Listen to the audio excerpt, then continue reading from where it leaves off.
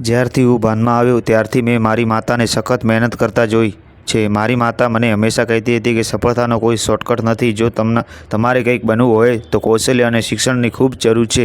મેં મારા જીવનમાં ક્યારેય મારા પિતાને જોયા નથી અને મારી માતાએ ક્યારેય મને કહ્યું નથી કે મારા પિતા ક્યાં છે। અગાઉ અમે મારા દાદાના ઘરે રહેતા હતા। મારા દાદા અને મારા મામા મારી માતાને ફરીથી લગ્ન કરવા દબાણ કરતા હતા। મારી માતાએ મારા કારણે ફરીથી લગ્ન કર્યા નથી જેથી મારી અવગણના ન થાય અને તમારું બધું ધ્યાન મારા તરફ ના આવે। મારું નામ વિક્રાંત છે અને હું બહુ જ મોટા બિઝનેસમેનનો માલિક છું, પણ મને આ બધું વારસામાં નથી મળ્યું, બલકે મેં મારી મહેનતથી કમાવ્યું છે। મને યાદ છે કે જ્યારે હું નાનો હતો ત્યારે મારી માતા સમોસા બનાવતી અને તેને વેચવા માટે એક સ્કૂલમાં જતી। જ્યારે હું મારી માતાને પૂછતો કે તમે આ માટે આટલી મહેનત કેમ કરો છો, તો તે કહેતી કે હું આ બધું મારા પુત્ર માટે કરું છું જેથી તે ભણીને મોટો માણસ બને।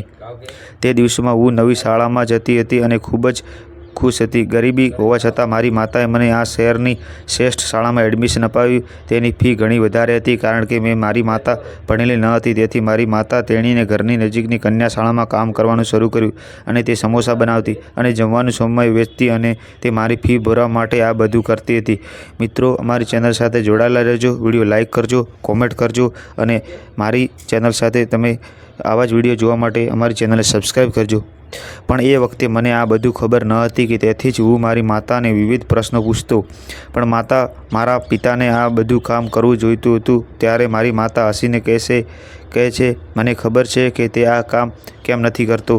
તારો જન્મ થયો ત્યારે મેં તારા પિતાને ઓછો સમય આપવાનું શરૂ કર્યું હતું, ઘરનું કામ પણ તારે સંભાળવાનું હતું, એટલે તારા પિતાએ કહ્યું કે હવે તને દીકરો થયો છે, હવે તારે મારી જરૂર નથી અને દીકરા હવે તારા પિતા ઉપર ભગવાન છે ગઈ હતી। આટલું કહીને તે મારા કપાળને ચૂમી લેતી, પણ માં, તારે પપ્પાને આટલી જલ્દી જવા દેવા ન જોઈતા હતા કારણ કે હું હજી ઘણો નાનો છું અને તને મદદ પણ કરી શકતો નથી। આ સાંભળીને મારી માતા કહેવા લાગી કે તમે મને કેવી રીતે મદદ ન કરી શકો? જા અને મારી સામે મરચાંના મસાલામાં બોક્સ લાવો જેથી હું ઝડપથી સમોસા બનાવી શકું, અને જો આજે તમે તમારી નકલ પર 2 સ્ટાર લાવો તો તરત જ હું શાળાએથી પાછો આવું છું, હું તને સમોસા આપીશ।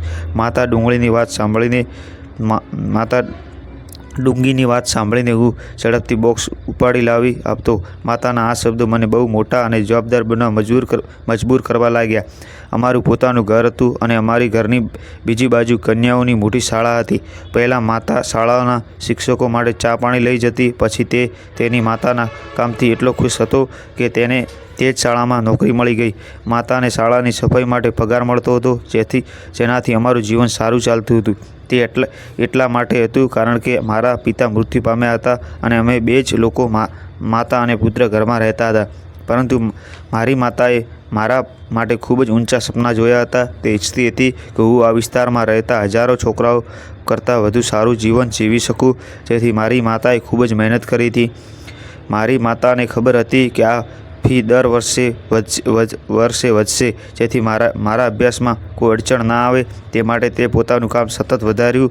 આ કારણે હું ખૂબ જ સરળતાથી કોલેજ પહોંચી ગયો। મને ખબર હતી કે મારી માતાના મારા માટે મોટા સપના છે, તેથી મેં ટ્યુશન લેવાનું શરૂ કર્યું કારણ કે મને ખબર હતી કે યુનિવર્સિટીનું શિક્ષણ ખૂબ જ મોંઘું છે। તેથી અમે બંને માતા અને પુત્ર સાથે મળીને સખત મહેનત કરવા લાગ્યા।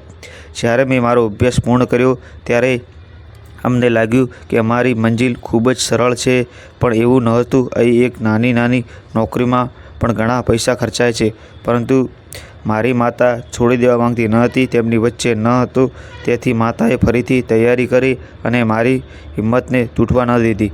મને સારી નોકરી મળી ત્યાં સુધી હું પણ નાની નોકરી કરતો રહ્યો અને એક વર્ષમાં અમે બંનેએ એટલા પૈસા બચાવ્યા કે મને સારી કંપનીમાં નોકરી મળી ગઈ।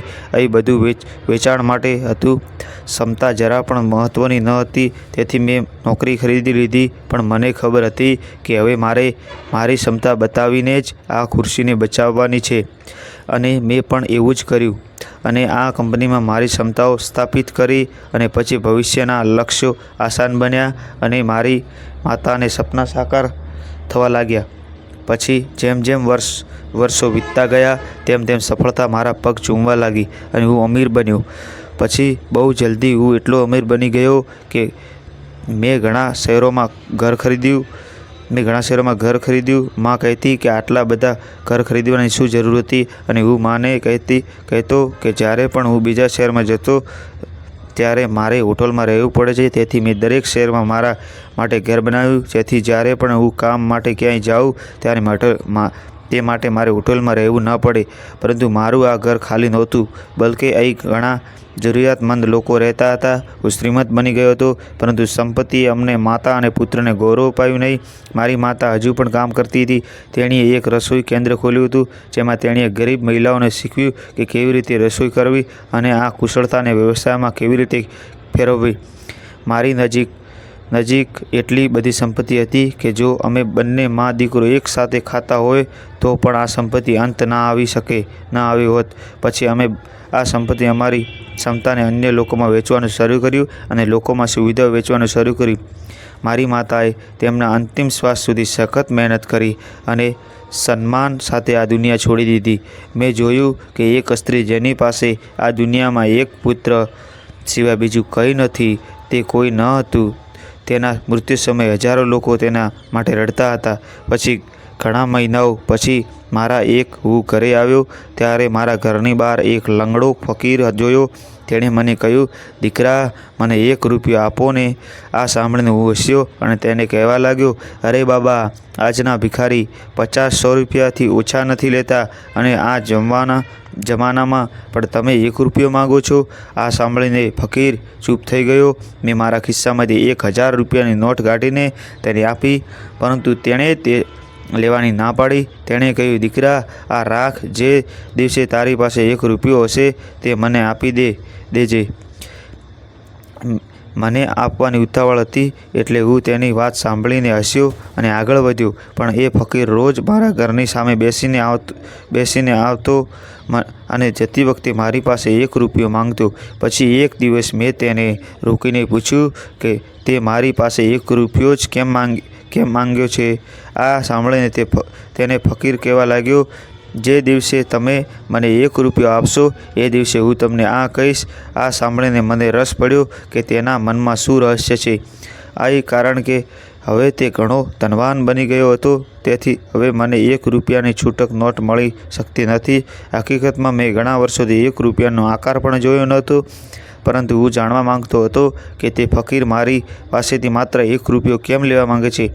તેથી એક દિવસ જ્યારે મને ઘરે આવતી વખતે આ વાત યાદ આવી, ત્યારે મેં આ રસ્તા પર કાર રોકી અને ભીખ માંગતા બાળકોને ₹100ની નોટ આપી અને તેની પાસેથી ₹1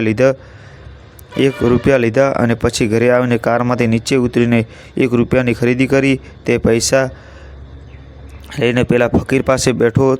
મેં તેને કહ્યું, બાબા, આ લો, હું આજે તમારા માટે ₹1 લાવ્યો છું.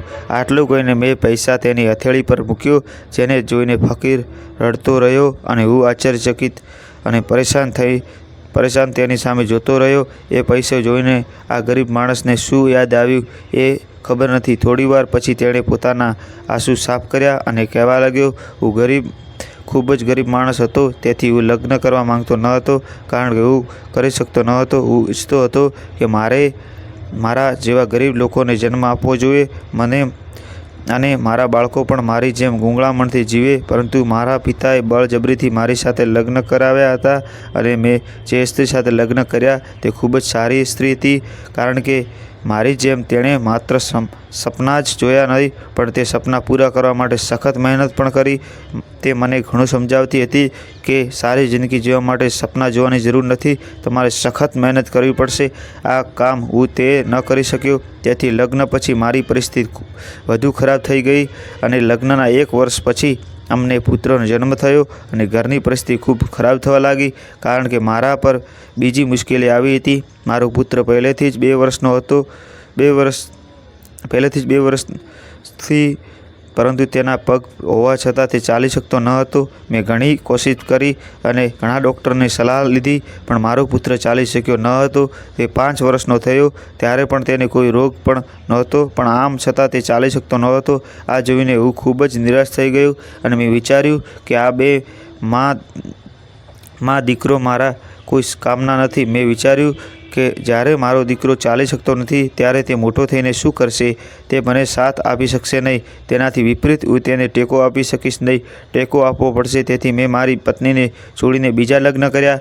પછી સમય પસાર થયો અને મારા બીજા લગ્નની મને 3 પુત્રો થયા અને તે જ્યારે તે મોટો થયા ત્યારે તેણે ઘણી કમાણી શરૂ કરી. પણ જેમ જેમ મારા પુત્રોને સંપત્તિ મળી, મારી પત્નીની પુત્રોએ મને એમ કહીને કાઢી મૂક્યું કે તે અમારા માટે કંઈ કર્યું નથી, તેથી હવે અમને તારી જરૂર નથી. અને આમ હું બેઘર બની ગયો હતો. હું મારી પહેલી પત્ની અને પુત્રને છોડી ગયો હતો. મેં બંનેનું નુકસાન પહોંચાડ્યું હતું. તેથી મને તેની સજા મળી અને હું પણ રસ્તા પર આવી ગયો. એક દિવસ રસ્તા પર જતી વખતે હું એક કારની નીચે આવી ગયો અને એ અકસ્માતમાં મારા બંને પગ કપાઈ ગયા અને હું રસ્તા પર ભીખ માંગવા લાગ્યો. આટલું કહીને ફકીર રડવા લાગ્યો અને તેની વાર્તા સાંભળીને મારી આંખમાંથી પણ આંસુ વહેવા લાગ્યા. પણ પછી મને 1 રૂપિયાની વાત યાદ આવી. એટલે મેં તેને કહ્યું, પણ બાબા, તમે મને કેમ પૂછતા હતા? તે કહો કે 1 રૂપિયા માટે. આ સાંભળીને ફકીરે એક રહસ્ય જાહેર કર્યું. તેનાથી મને આશ્ચર્ય થયું, કારણ કે મારી વાર્તા સાંભળીને ફકીર કહેવા લાગ્યો, દીકરા, હું તારો પિતા છું અને આજથી હું તમને અને તમારી માતાને ઘણા વર્ષો પહેલાં ત્યજી દીધા હતા. જે દિવસે હું તમને છોડીને જતો રહ્યો તે દિવસે તારી માતાએ મને ખૂબ આજીજી કરી અને કહ્યું કે અમારા દીકરાને કોઈ રોગ નથી. જુઓ, તે 1 દિવસમાં જાતે જ ચાલવા લાગશે અને તમારો સહારો બનશે. પણ મેં તમને ગર્વથી કહ્યું હતું કે મને ખાતરી છે કે તમારો આ દીકરો 1 રૂપિયા પણ કમાઈ શકશે નહીં. અને એવું કહીને મેં તમને બંને છોડી દીધા હતા, કારણ કે મને લાગ્યું તે એવું હતું કે તમે ક્યારેય ચાલી શકશો નહીં. પણ આજે હું તમને શોધીને અહીં આવ્યો છું. પણ તારી હાલત જોઈને મારું માથું શરમમાં ઝૂકી ગયું છે.